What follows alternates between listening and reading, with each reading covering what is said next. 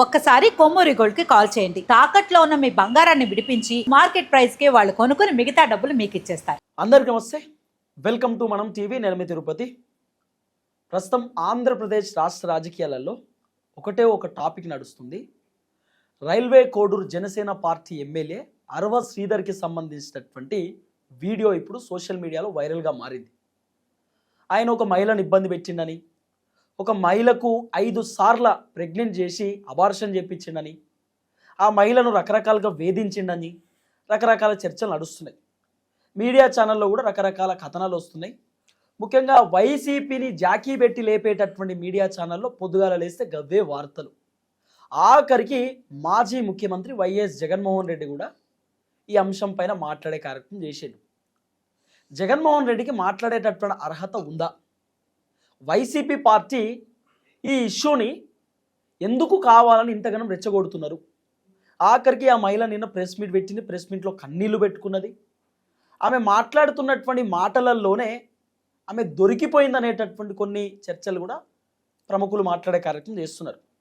ఈ ఇష్యూ పైన మనం బ్రీఫ్గా తెలుసుకునే కార్యక్రమం చేద్దాం. నా ముందు కట్టా కార్తిక్ అన్న ఉన్నారు, ప్రముఖ రాజకీయ విశ్లేషకులు. అన్నతో డిస్కస్ చేద్దాం. అన్న నమస్తే. అరవ శ్రీధర్కి సంబంధించినటువంటి టాపిక్ సోషల్ మీడియాలో విపరీతంగా ప్రచారం అవుతుంది. ఆయనే వీడియో కాల్ చేస్తున్నాడని, వాట్సాప్ చాటింగ్ చేస్తున్నాడని, ఆ చాటింగ్స్లో కాల్స్లో ఆయన ఒక న్యూడ్ కాల్లో ఉన్నాడని, ఇష్టానుసారంగా ఒక మహిళను ఇబ్బంది పెట్టిండని, ఆ మహిళ కూడా గవర్నమెంట్ అధికారని, ఆ మహిళ ఏదో ఫేస్బుక్లో కంగ్రాచులేషన్ సార్ మీరు ఫస్ట్ టైం ఎమ్మెల్యే గెలిచిరని చెప్పి కంగ్రాచులేషన్ చెప్తే ఆ మహిళను ట్రాప్ చేసి ఆ మహిళతో ఫోన్ మాట్లాడిండని, ఆ మహిళ నెంబర్ తీసుకున్నాడని, ఏదో టెలిగ్రామ్లో మెసేజ్ చేసిందని, ఇట్లా రకరకాలుగా ఆమె మాట్లాడేటటువంటి కార్యక్రమం చేస్తున్నది. నిన్న మాజీ ముఖ్యమంత్రి జగన్మోహన్ రెడ్డి ఫైర్ అయ్యిండు. అసలు ఆడొక ఎమ్మెల్యేనా, గట్లుంటాడేమన్నా మనిషేనా అని చెప్పి ఆయన మాట్లాడిండు. సో ఈ ఇష్యూను ఓవరాల్ ఎట్లా చూస్తారు? సరే, జగన్మోహన్ రెడ్డి గారి స్టేట్మెంటు, జరిగిన సంఘటన రెండింటిని విడివిడిగా ఒకసారి చూద్దాం. ఓకే, ముందు జరిగిన సంఘటన కాడికి వద్దాం. నువ్వు అన్నావు వీడియో కాల్స్ చాటింగ్స్ అన్నావు. వీడియో కాల్ అంటే ఏంటి? ఇప్పుడు ఆ అమ్మాయి అతను చేయటం, అతను ఆ అమ్మాయికి చేయటం, అంతే కదా. ఇద్దరులో ఎవరు చేసినా సరే ఇంకొకరు లిఫ్ట్ చేశారు కదా, కాల్ చేయగానే లిఫ్ట్ చేశారు, అవును కదా. అంటే ఇద్దరు అండర్స్టాండింగ్ తో కాల్ జరిగింది. కానీ ఈ అమ్మాయి ఎందుకు రికార్డ్ పెట్టుకుంది? ఈ అమ్మాయికి అతను అసభ్యంగా ప్రవర్తిస్తాడు వీడియో కాల్ చేసి అనుకుని కనుక ఉండుంటే అసలు కాల్ లిఫ్ట్ చేయొద్దు కదా. ఇప్పుడు చాటింగ్ ఏంటి? ఒకరితో ఒకరు చేసుకునేది, ఒకడే చేసుకునేది కాదుగా. ఓకే, ఒకడే క్వశ్చన్ అడిగి ఒకడే రిప్లై ఇచ్చుకోడుగా. ఒకరితో ఒకరు చేసుకునేదాన్ని చాటింగ్ అంటారు. ఇప్పుడు వాళ్ళిద్దరూ కలిసి చాటింగ్ చేసుకున్నారు. ఆ చాటింగ్ నువ్వు ఎందుకని సేవ్ చేసి పెట్టుకున్నావు అంటే మొదటి నుంచి ఆ అమ్మాయి ఇంటెన్షన్ వేరేగా ఉంది. అతన్ని ట్రాప్ చేయాలన్నా, అతన్ని బ్లాక్మెయిల్ చేయాలన్నా, అతని దగ్గర ఏదన్నా లబ్ధి పొందాలనే మొత్తానికి ఏదో ఉంది అని ఇక్కడ మనం అర్థం చేసుకోవాలిగా.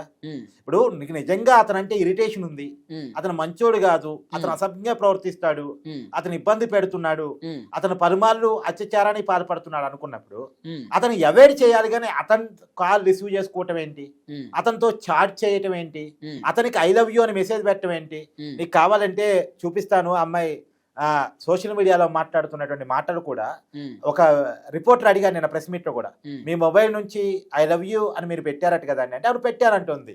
నీకు చూపిస్తా ఉంటాం. ఉంది చూసాం, చూసారు కదా, అందరూ కూడా చూసారు. మాక్సిమం ఇప్పుడు ఇన్స్టాలో కూడా బాగా వైరల్ అవుతుంది కదా. మరి ఇంత క్లియర్ గా కనపడుతున్న తర్వాత కూడా ఇద్దరి మధ్య కలిసి జరిగిన ఒక అండర్స్టాండింగ్. కాకపోతే దీన్ని ఈ అమ్మాయి సేవ్ చేసి పెట్టుకోవటం, రికార్డ్ చేసి పెట్టుకోవటం, ప్రతి కారణం కూడా రికార్డ్ చేసి పెట్టుకోవటం.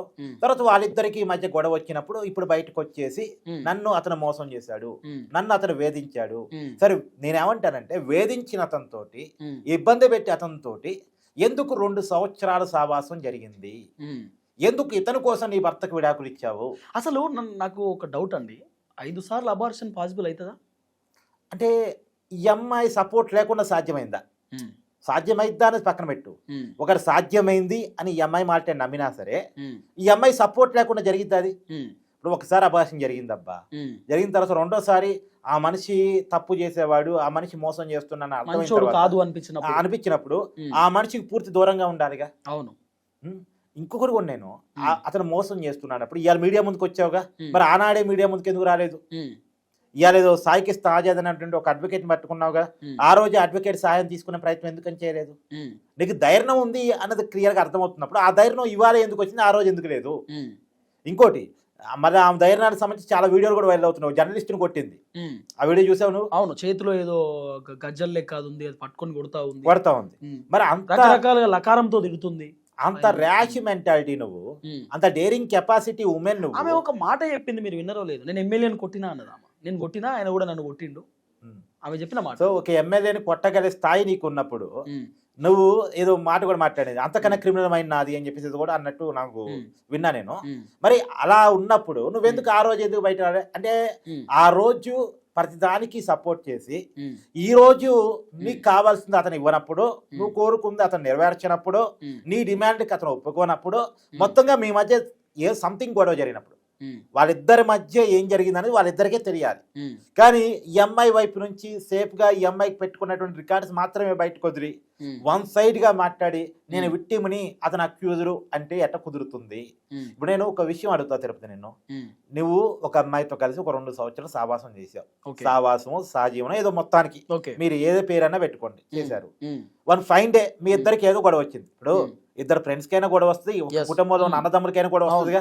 సో మీ ఇద్దరికి ఏదో గొడవ వచ్చింది, నీ మీద కోపంతోనో ప్రతీకారంతోనో, లేదు ఆ అమ్మాయి ఏదో అడిగితే నువ్వు ఇవ్వనన్న దానికి కాడవు, నీ నుంచి ఏదో లబ్ధి కోరుకోవటం చేతను మొత్తానికి అమ్మాయి బయటకు వచ్చి నన్ను తిరుపతి లైంగికంగా వేధించాడు, తిరుపతి అలా చేశాడు ఇలా చేశాడని చెప్తే అది చెల్లుబాటు అవుద్దా?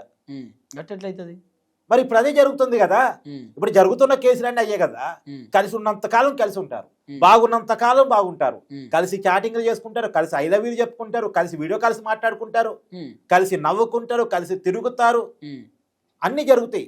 కానీ వన్ ఫైన్ డే బయటకు వచ్చేసి నాకు మోసం జరిగింది, నాకు వేధింపులు గురయ్యాయి, నన్ను కొట్టారు, నన్ను తిట్టారు, నా మీద లైంగికంగా దాడి చేశారు, ఇలాంటివన్నీ చెప్తారు. అదేంటి ఇది? ఇది ఎక్కడ కల్చరు అంటే కల్చర్ ఎటువైపు వెళ్తుంది అనేది మనం అర్థం చేసుకోవాలి. అమ్మాయికి మ్యారేజ్ కూడా అయింది కదా. అదే ఆ అమ్మాయికి మ్యారేజ్ అయింది. ఇప్పుడు ఆ అమ్మాయి చెప్పిందంటే ఒక మాట మాట్లాడదాం అబ్బా. ఆ అమ్మాయి ఫస్ట్ ఫేస్బుక్ లో మెసేజ్ చేసింది, తర్వాత కాలు ఈ అమ్మాయి అతను చేయటం, అతని ఈ అమ్మాయి చేయటం, మొత్తానికి కాలు మెసెంజర్ ఫేస్బుక్ మెసెంజర్ కాల్ చేశారు, కాల్ చేసి మాట్లాడుకున్నప్పుడు 1.5 గంటల సేపు కాన్వర్సేషన్ జరుగుతున్నప్పుడు 1.5 గంటల సేపు అంటే ఆ వ్యక్తి ఈ అమ్మాయిని లోబర్చుకోవడానికి ప్రయత్నం చేస్తున్న విషయం ఈ అమ్మాయికి అర్థం కావాలి. ఈ అమ్మాయి గవర్నమెంట్ ఎంప్లాయీ కదా, అర్థమైనప్పుడు మరి అంటే కాలు మాట చెప్పినారు. ఏమంటారంటే ఫస్ట్ టైం నేను కలిసినప్పుడు నన్ను కారులో తీసుకెళ్ళిండు, కారులో నన్ను బలవంతంగా నెట్టేయడము, కారు సీట్ అడ్జస్ట్ చేయడము, నా మీదికి ఒకేసారి రావడము, నేను అప్పుడు రేప్ చేశాడు అనే మాట ఆమె చెప్పింది. మరి అప్పుడు అంత చేసినప్పుడు నెక్స్ట్ టైం ఎందుకు కలవడం? అప్పుడే ఎందుకు మీరు ఫిర్యాదు చేయలేకపోయారు? ఇక్కడ కూడా ప్రాక్టికల్ గా మాట్లాడుకుందాం. కారు రోడ్డు మీద రేపు, అది సీట్ అడ్జస్ట్ చేసేటప్పుడు ఆ అమ్మాయి డోర్ తీసుకొని బయటికి రావడానికి ప్రయత్నం చేయటం, లేదు డోర్ గట్టిగా కొడితే కారు 100కి ఫోన్ చేయటం అంటే ఫోన్ అతను లాక్కొని ఉండొచ్చు కాక. ఓకే, కానీ రోడ్డు మీద ఒక ఎమ్మెల్యే నెక్స్ట్ రోజు అన్న చెప్పొచ్చు కదా, వెరీ నెక్స్ట్ డే చెప్పొచ్చు కదా, వెరీ నెక్స్ట్ డే చెప్పొచ్చు కదా. అసలు అతనితో కలిసి కార్లో వెళ్లాల్సిన అవసరం నీకేంటి? నీకు భర్త ఉన్నాడు, నీకు కొడుకున్నాడు, నీకు కుటుంబం ఉంది, నీకు సంసారం ఉంది. ఈవినింగ్ టైమ్స్ లో అతనితో కలిసి కార్లో వెళ్ళేటువంటి అవసరం నీకెందుకు వచ్చింది? అతను తప్పు చేశాడు, అతను దుర్మార్గుడు. అతను ఇప్పుడు ఇంకో విషయం, ఇక్కడ ఈ మహిళను పాయింట్ అవుట్ చేయటువంటి ఆ ఎమ్మెల్యేని సమర్థించడం అన్నట్టు కాదు, ఆ ఎమ్మెల్యే చేసింది తప్పే, కానీ తప్పు 2 వైపు నుంచి జరిగింది. ఎమ్మెల్యే స్థాయిలో ఉన్నటువంటి వ్యక్తి కూడా ఇలాంటి అంశాలకు పాల్పడడం కూడా తప్పే చెప్పాలంటే. ఎందుకంటే ఫస్ట్ టైం ఎమ్మెల్యే, మంచి అవకాశం వచ్చింది, అది పొడగొట్టుకోవద్దు. అవును, మంచి సర్వీస్ చేసుకునే అవకాశం వచ్చింది. పవన్ కళ్యాణ్ గారు కూడా చాలా నమ్మినారు. కూటమి పెద్దలు చంద్రబాబు నాయుడు గారు, పవన్ కళ్యాణ్ గారు, నారాయణ గారు రాష్ట్రం కోసం చాలా కష్టపడుతున్నారు. రాష్ట్రం కోసం కష్టపడుతున్నప్పుడు కనీసం ఇతర నియోజకవర్గం కోసం ప్రజల కోసం కష్టపడాలి, మంచి అవకాశం ఉపయోగించుకోగలగాలి. కానీ ఈ పని చేయటం అయితే నిజంగా నీచం, దుర్మార్గం, మోసం, కుట్ర. నిజంగా ఎమ్మెల్యే ఆ మహిళను ఇబ్బంది పెట్టినట్టు ఇప్పుడు ఆల్రెడీ కమిటీ చేసినారు, ఇబ్బంది పెట్టుంటేనో లేకపోతే ఇంకోటి ఖచ్చితంగా చట్టం తన పని తను చేసుకోవద్దు, శిక్ష పడుతుంది. ఈ పాయింట్కి వచ్చే కాబట్టి నేను జగన్ పాయింట్ కూడా తీస్తా. ఇప్పుడు జగన్ కూడా అడిగా, నువ్వు జగన్ మాట్లాడారని చెప్పి. జగన్మోహన్ రెడ్డి గారు వైసీపీ అధికారంలో ఉన్నప్పుడు గోరంట్ల మాధవ్ అనేటువంటి వాళ్ళ పార్టీ ఎంపీ జిప్పు తీసి చూపించకూడనటువంటి దాన్ని చూపిస్తున్నప్పుడు, అది వైరల్ గా మారినప్పుడు కనీసం స్పందించాడా? పార్టీ పరంగా ఎంక్వైరీ చేశాడా? కనీసం దాని మీద ఆ రోజుల్లో మహిళా కమిషన్ చైర్పర్సన్ గా వాసిరెడ్డి పద్మ గారు ఉన్నారు. ఆవిడ సుమోటోగా కేసు తీసుకుంటానంటే ఆమెను పిలిచి క్లాస్ పీకారట. ఆమె చెప్పుకున్నారు, మనం ఏం చెప్తుంది కాదు, ఆమె చెప్పారు. నన్ను పిలిచి క్లాస్ బీకారు, ఏది మన పార్టీ ఎంపీ తప్పు చేసినా సరే సమర్థించాలి తప్ప ఇట్లా కేసులు నమోదు చేయకూడదు, ఇందుకు కాదు మీకు పదవి ఇచ్చింది అని చెప్పారు అని చెప్పేసి ఆవిడే చెప్పారు. అంటే అంత తప్పు చేసిన వాడిని సమర్థించుకున్నారుగా జగన్మోహన్ రెడ్డి గారు, కనీసం నోరు మెదపలేదుగా ఆ రోజు. సరే అది పోని, ఎమ్మెల్సీ అనంతబాబు ఇలాంటి వీడియో కాల్, ఇప్పుడు నువ్వు జనసేన ఎమ్మెల్యే ఏదైతే వీడియో కాల్ చెప్తున్నావో అలాంటి వీడియో కాల్ వైరల్ అయింది. కనీసం వైసీపీ పార్టీ స్పందించిందా? ఇంటర్నల్ కమిటీ అనే వేసిందా ఈ నిజమో కాదు తెలుసుకోవడానికి? అది సరే, ఇది కూడా పోనీ అబ్బా. అరగంట అంబటి రాంబాబు, గంట అవంతి శ్రీనివాసు, దీని మీద కనీసం స్పందించిందా? వాళ్ళు మంత్రివర్గంలో ఉన్నారు, జగన్మోహన్ రెడ్డి గారితో పాటు కేబినెట్ సమావేశంలో కూర్చునే వాళ్ళు. ఏందయ్యా ఇలా చేశారు, తప్పు కదా అని చెప్పేసి కనీసం క్లాస్ బిక్కారా, చర్యలు తీసుకున్నారా? లేదు కదా. ఇలాంటి వాటిని చర్యలు తీసుకోకుండా ఇప్పుడు కూటమికి వచ్చిన ప్రాబ్లం ఏంటంటే, మొన్న ఎన్నికలప్పుడు వైసీపీని ఎట్టి పరిస్థితుల్లో ఓడించారనే కారణం చేత ఎవరైతే నియోజకవర్గాల్లో కొంత రకరకాలుగా బలాలు చూపించుకోగలరు వాళ్ళందరినీ కూడా వైసీపీ నుంచి వచ్చిన కూడా కొంతమంది తీసుకుని టికెట్ ఇచ్చారు, మంచి చెక్ చేసుకోవడం పొరపాటు జరిగినాయి. ఓకే, ఇప్పుడు ఈ వైసీపీ నుంచి వచ్చిన బ్యాచ్ నుంచి వచ్చిన ప్రాబ్లమ్స్ ఇవన్నీ కూడా. అంటే ఇంకో అనుమానం అయితే ఇప్పుడు కూడా జనసేన పార్టీ ఏం చేసింది, ఇంటర్నల్ గా ఇతని మీద త్రిసభ్య కమిటీ వేసింది. ఎమ్మెల్యే మీద ఎవరైతే అరవ శ్రీధర్ ఇప్పుడు ఆరోపణ ఎదుర్కొన్నారో అతని మీద ఇంటర్నల్ కమిటీ వేశారు. ఇంటర్నల్ కమిటీ వేసుకోవడమే సస్పెండ్ చేస్తామని కూడా చెప్పారు, పార్టీ కార్యక్రమాలు దూరంగా ఉండమని కూడా చెప్పారు. గతంలో జానీ మాస్టర్ విషయంలో అతని మీద ఆరోపణ రాగానే పార్టీకి దూరంగా ఉండమని చెప్పారు. ఇది కూటమి యొక్క ఆ కథంలో వైసీపీ ఇలా చేయగలిగిందా? ఇలా చెయ్యని జగన్మోహన్ రెడ్డి ఆ రోజు లేవన్నోరు ఈ రోజే లేస్తుంది ఏంటి? ఆ రోజు లేవన్నోరు ఈ రోజే లేస్తుంది ఏంటంటే ఇక్కడే రాజకీయం ఉంది, ఇక్కడే ట్రాప్ రాజకీయం ఉంది అని ఒక అనుమానం కలుగుతుంది. అంటే వైసీపీ వాళ్ళే కొంతమంది అమ్మాయిలని ప్రోక్ చేసి జనసేన పార్టీకి సంబంధించి టీడీపీ పార్టీకి సంబంధించి ఎమ్మెల్యేని ట్రాప్ చేసి, ఎందుకంటే మగోడు ఎమ్మెల్యే అయినా ఎంపీ అయినా వాడు ఏ స్థాయిలో ఉన్నా వాడి కొన్ని బలహీనతలు అంటూ ఉంటాయిగా. బలహీనతలు లొంగే వాళ్ళు ఉంటారుగా, 10 మంది కోసం ట్రై చేస్తే ఒకడన్నా ట్రాప్ లో పడతాడుగా. ట్రాప్ చేపించేసి ఇదిగో మీ అంటే వైసీపీకి బురద అంటుంది, ఆ బురదని కూటమికి రాయాలి. రెండోది, ఇప్పుడు తిరుపతి లడ్డు విషయంలో వైసీపీ దొరికిపోయింది, హిందువులంతా వైసీపీని బాయ్కాట్ చేస్తున్నారు. ఇంకా చెప్పాలంటే కేఏపాల్ భాషలో ఇప్పుడు వైరల్ అవుతుంది ఒక వీడియో, బుర్రుందా బుద్ధుందా దేశం తగలబడిపోతుంది అని ఒక వీడియో వైరల్ అవుతుంది. అలా వైసీపీ తగలబడిపోతుంది, హిందువులంతా వైసీపీని బాయ్కాట్ చేస్తున్నారు. తిరుపతి లడ్డూలో కెమికల్ కలిపి 20 కోట్ల లడ్డూలు తయారు చేసి భక్తుడికి పంపిణీ చేశారన్న విషయం కూడా భక్తులు రగిలిపోతున్నారు. వైసీపీ పార్టీ కనపడితే చేదరించుకునే పరిస్థితుల్లో జనాన్ని సైడ్ ట్రాక్ చేయటం కోసం ఇవాళ జనసేన ఎమ్మెల్యే మీద ఒక మహిళ చేత ఆరోపణలు చేపిస్తున్నారా? ఇప్పుడు ఎమ్మెల్యే తప్పు చేశారు కాబట్టి ఎమ్మెల్యే కూడా తప్పే అంటాం, కానీ ఇది వైసీపీ విసిరిన ట్రాపా? ఎందుకు నా డౌట్స్ వ్యక్తం క్లియర్ గా చెప్తున్నా విను. వైసీపీ సోషల్ మీడియాలోనే ఫస్ట్ వీడియో వచ్చింది, వైసీపీ అఫీషియల్ మీడియా సాక్షిలోనే ఆ బాధితురాలు మొదటిగా మాట్లాడింది.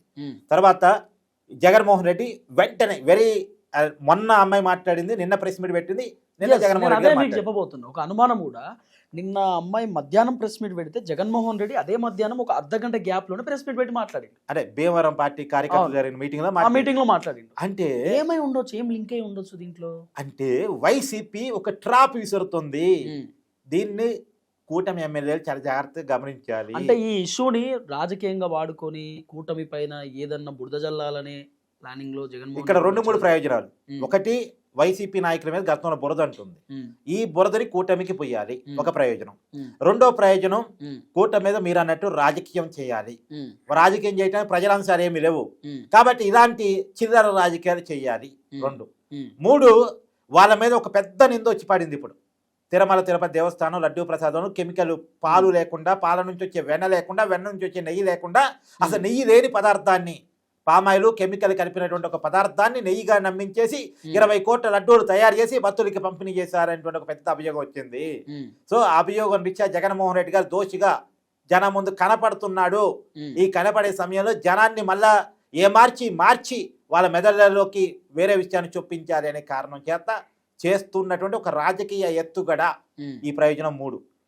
అంటే ఇన్ని రకాల ప్రయోజనాలు ఆశించి ఇలా ఏమన్నా చేశారనేటువంటి ఒక బలమైన అనుమానం అయితే కలుగుతుంది. ఇప్పుడు ఇంకోటి ఏంటంటే, నిన్న మీరు వీడియో మొత్తం చూసారో లేదో, ఆమె అంటుంది అంటే జర్నలిస్టులు అడిగేటటువంటి ప్రశ్నలకు వీళ్ళు జర్నలిస్టులే కాదు, వీళ్ళు ఏం మాట్లాడుతారో వీళ్ళకి అర్థమవుతుందా, పార్టీకి సపోర్ట్గా మాట్లాడుతున్నారు అనే ఆ మాట చెప్తుంది. అంటే పార్టీకి సపోర్ట్ కాదు, ఒక అమ్మాయి బయటకు వచ్చి ఆమెనే బయటకు వచ్చింది కదా, ఆమెనే బయటకు వచ్చి ఆమె బాధ చెప్పుకుంటుంది కదా, ఆమెనే కదా ఆమె పర్సనల్ వీడియో బయట పెట్టుకున్నది, ఎవరైనా బయట పెట్టినా?